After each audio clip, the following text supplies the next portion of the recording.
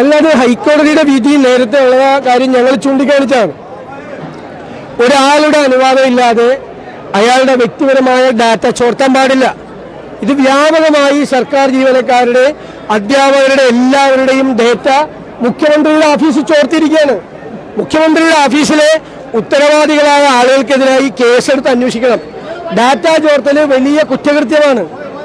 എൻ്റെ വ്യക്തിപരമായ ഡാറ്റ ചോർത്തിയാൽ അത് ദുരുപയോഗം ചെയ്യപ്പെടാം പല രീതിയിൽ. ഇപ്പൊ സൈബർ ഫ്രോഡുകൾ കൂടി നടക്കുന്ന കാലമാണ്. മാത്രമല്ല ഡാറ്റ വിൽപ്പനയ്ക്ക് വയ്ക്കും. വലിയ ഫാർമസ്യൂട്ടിക്കൽ കമ്പനികൾ ഉൾപ്പെടെയുള്ള ആളുകൾ കോടിക്കണക്കിന് രൂപയ്ക്കാണ് ഈ ഡേറ്റ വാങ്ങിക്കുന്നത്. ആ ഡേറ്റ ചോരാൻ പാടില്ല. ഡേറ്റ എന്ന് പറയുന്നത് വിലപ്പെട്ട സ്വത്താണ്. അതറിയാത്തവരാണോ മുഖ്യമന്ത്രിയുടെ ഓഫീസിലിരിക്കുന്നത്? CPM നേതൃത്വത്തിനും മുഖ്യമന്ത്രിക്കും പങ്കുണ്ട് ഈ ഡാറ്റ ചോർച്ചയിൽ. ഗൗരവകരമായ ഒരു കാര്യമാണ്. സ്പ്രിംഗ്ലറുമായി ബന്ധപ്പെട്ട കോടതിയുടെ വിധിയുണ്ടായിരുന്നു. ഇക്കാര്യത്തിൽ ഗൗരവതരമായ വിധി നേരത്തെ. അതാണിപ്പോൾ കോടതി ചൂണ്ടിക്കാണിച്ചത്. ഗുരുതരമായ തെറ്റാണ്. ആ ഒരു മെസ്സേജ് പോലും അയക്കാൻ പാടില്ല. ആ ഡേറ്റ പുറത്തുവിടാൻ പാടില്ല. ഡേറ്റയ്ക്ക് ഒരു സുരക്ഷിതത്വം ഉണ്ട്, ഡേറ്റ സെക്യൂരിറ്റി ഉണ്ട്. ഇവർക്ക് ഏത് കാലത്താണ് ജീവിക്കുന്നത്? ഇവരെല്ലാ ഔദ്യോഗിക സംവിധാനങ്ങളും ദുരുപയോഗപ്പെടുത്തുകയാണ്. എല്ലാ ഔദ്യോഗിക സംവിധാനങ്ങളും.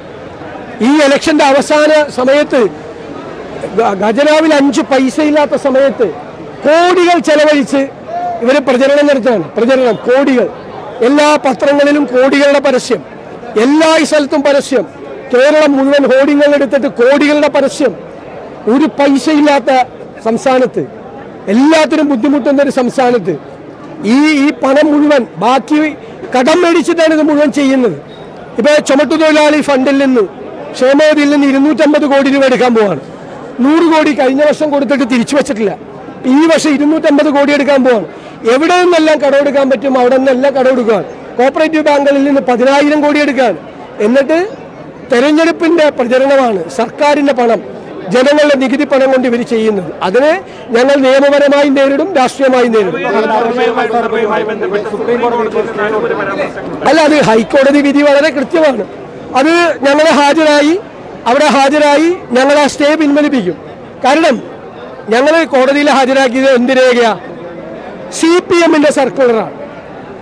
നാട്ടുകാരുടെ പണം ഉപയോഗിച്ച് നവകേരള സർവേ നടത്തുമ്പോൾ CPM സർക്കുലർ DYFIക്കാർക്കും പാർട്ടിക്കാരും വോളണ്ടിയർമാരാകണം. എന്നിട്ട് അവർക്ക് കാശ് കൊടുക്കുന്ന ആരാ? പൈസ കൊടുക്കുന്നത് ഞാനും നിങ്ങളും അടയ്ക്കുന്ന നികുതി പണം. CPMന്റെ തെരഞ്ഞെടുപ്പ് പ്രചരണമാണ്. മുഖ്യമന്ത്രിയുടെ ശബ്ദരേഖ പുറത്തു വന്നില്ലേ? തുടർ ഭരണം ഉറപ്പാക്കണമെന്ന്. തുടർ ഭരണം ഉറപ്പാക്കണമെങ്കിൽ CPMന്റെ കയ്യിലിരിക്കുന്ന ഫണ്ട് വെച്ച് ചെലവാക്കിക്കോ.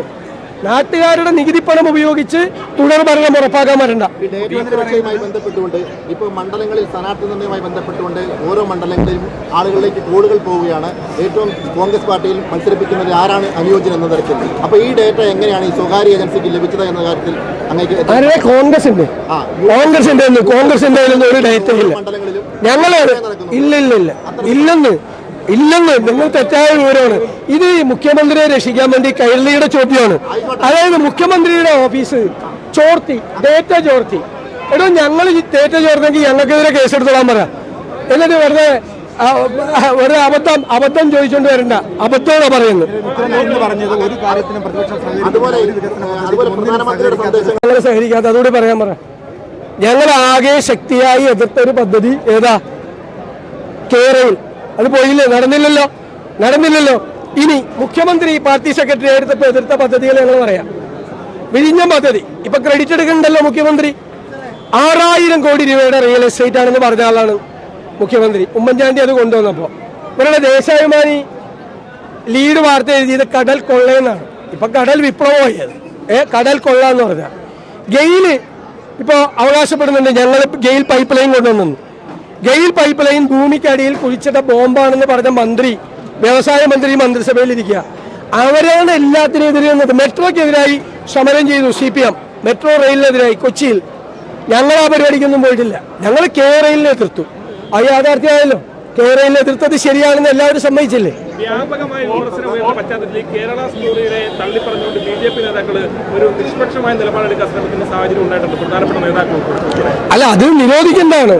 അത് മനഃപൂർവ്വമായി മതവിദ്വേഷവും കേരളത്തെ സംബന്ധിച്ചൊരു മോശം അഭിപ്രായവും രാജ്യത്തെല്ലാം ഉണ്ടാക്കാൻ മനഃപൂർവ്വം ചെയ്തിട്ടുള്ള കാര്യമാണ്. അപ്പോൾ അതിനെതിരായി നിയമ നടപടികളാണ് സ്വീകരിക്കേണ്ടത്, അല്ലാതെ BJPയുടെ സർട്ടിഫിക്കറ്റിന്റെ ഒന്നും ആവശ്യമില്ല. സംരക്ഷിക്കുന്നത് കുറച്ചുകൂടെ സംസാരിച്ചിരുന്നത് കേരള കോൺഗ്രസ് ആരെങ്കിലും UDF-ലേക്ക് വരാൻ ഇനിയും സാധ്യതയുണ്ട്. ആ വിസ്മയം കേരള കോൺഗ്രസിൽ നിന്ന് അല്ല, അതൊക്കെ ഞാൻ വരുമ്പോഴുള്ള ഒരു ചോദ്യമാണ്. വിസ്മയം ഉണ്ടാകുമ്പോൾ അതാത് സമയത്ത് നിങ്ങളെ അറിയിക്കും. ഞാൻ നിങ്ങളെ അറിയിക്കാതെ വേറെ ആരോടും പറയില്ല. രാവിലെ നിയമസഭയിൽ നിയമമന്ത്രി പറഞ്ഞത് വിജിലൻസ് കോടതിയേക്കാൾ സുപ്രീം കോടതിയേക്കാൾ വലുതൊന്നുമല്ല വിജിലൻസ് കോടതി എന്നാണ് സഭയിൽ രാവിലെ. അതാണ് നിയമമന്ത്രിയെ പോലെ ഒരാള് സർക്കാരിന് ഇഷ്ടമില്ലാത്ത വിധി വിജിലൻസ് കോടതി പറയുമ്പോൾ അതിനെ തള്ളി പറയാ. കോടതി എല്ലാ കോടതിയും ഒരുപോലെയാണ്, എല്ലാ കോടതിയും ഒരുപോലെയാണ്. തന്ത്രിയുടെ കേസിൽ ജാമ്യം അനുവദിച്ചുകൊണ്ടുള്ള കേസിൽ എന്താ പറഞ്ഞത്? ഒരു തെളിവിന്റെ കണിക പോലും ഇല്ലാതെ അദ്ദേഹത്തെ 40 ദിവസം ജയിലിലാക്കിയെന്ന് പറഞ്ഞു ഇല്ലേ? ആ ജഡ്ജ്മെന്റിനെ നിയമമന്ത്രി തള്ളിപ്പറഞ്ഞല്ലോ. നിയമമന്ത്രിക്ക് എന്താ അധികാരം ആ ജഡ്ജ്മെന്റിനെ തള്ളിപ്പറയാൻ? നിയമമന്ത്രി എന്ന് പറഞ്ഞാൽ ഇല്ലാത്ത അധികാരമൊന്നും അദ്ദേഹം ഉപയോഗിക്കണ്ട. ആ കോടതി വിധിയെ തള്ളിപ്പറയാനുള്ള ഒരു അധികാരവും നിയമമന്ത്രിക്കില്ല. ഒരു കണിക പോലും ഇല്ലെന്ന് പറയാം. അപ്പൊ SIT വിശദമാക്കണം. എന്ത് ക്രൈമാണ് ചെയ്തിരിക്കുന്നത്, എന്ത് പങ്കാളിത്തമാണ് തന്ത്രിക്കുള്ളതെന്ന് പറയണം. ഇന്നിപ്പോ ഒരു പുതിയ വാർത്ത, പറവൂർ നഗരസഭയുടെ മുൻ അധ്യക്ഷ BJPയിൽ ചേർന്നു. മത്സര മുൻ അധ്യക്ഷ അവർ നേരത്തെ പോയതാണ്, 6 കൊല്ലം മുമ്പ് പോയത്. 6 കൊല്ലം മുമ്പ് പോയതാണ്, ഇപ്പൊ പോയതല്ല.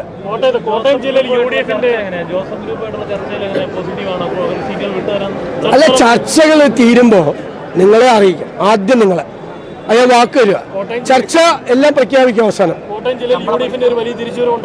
ഉറപ്പായിട്ടുണ്ടാവും, ഉറപ്പായിട്ടും മധ്യ കേരളത്തിൽ അതിഗംഭീരമായ തിരിച്ചുവരവ് ആ UDF-നുണ്ടാവും. പത്തനംതിട്ടയിൽ 5 സീറ്റും ജയിക്കും, ഇടുക്കിയിൽ 5 സീറ്റും ജയിക്കും, കോട്ടയത്ത് ബഹുഭൂരിപക്ഷം സീറ്റുകളും ജയിക്കും. എല്ലാം ഞാൻ പറയുന്നില്ല, ബഹുഭൂരിപക്ഷം മജോറിറ്റി സീറ്റുകൾ ജയിക്കും. എറണാകുളത്ത് 14 ജയിക്കും. അല്ല, അത് വളരെ 2024 ശമ്പള കമ്മീഷൻ നിയമിക്കേണ്ടിയിരുന്നു. ശമ്പള കമ്മീഷൻ നടപടികളെല്ലാം പൂർത്തിയാക്കി ശമ്പള കമ്മീഷന്റെ ശുപാർശകൾ നടപ്പിലാക്കേണ്ടതായിരുന്നു. ഇനി ഈ ഗവൺമെന്റിന് അറിയാം അവർ തിരിച്ചു വരില്ല എന്നറിയാം. അടുത്ത ഗവൺമെന്റിന്റെ തലയിൽ അതിന്റെ ബാധ്യത കെട്ടിവെക്കുന്ന ബുദ്ധിപൂർവമായ ശ്രമം. കമ്മീഷൻ വെച്ചാന്ന് വെച്ചാൽ കമ്മീഷൻ വെച്ചു, അവർക്ക് കാശ് കൊടുക്കണ്ട, മനസ്സിലായില്ലേ? അപ്പൊ അതിൽ നിന്ന് അവർക്ക് അറിയാലോ അവർ തിരിച്ചു വരില്ല എന്നറിയാം, അതുകൊണ്ട് ചെയ്ത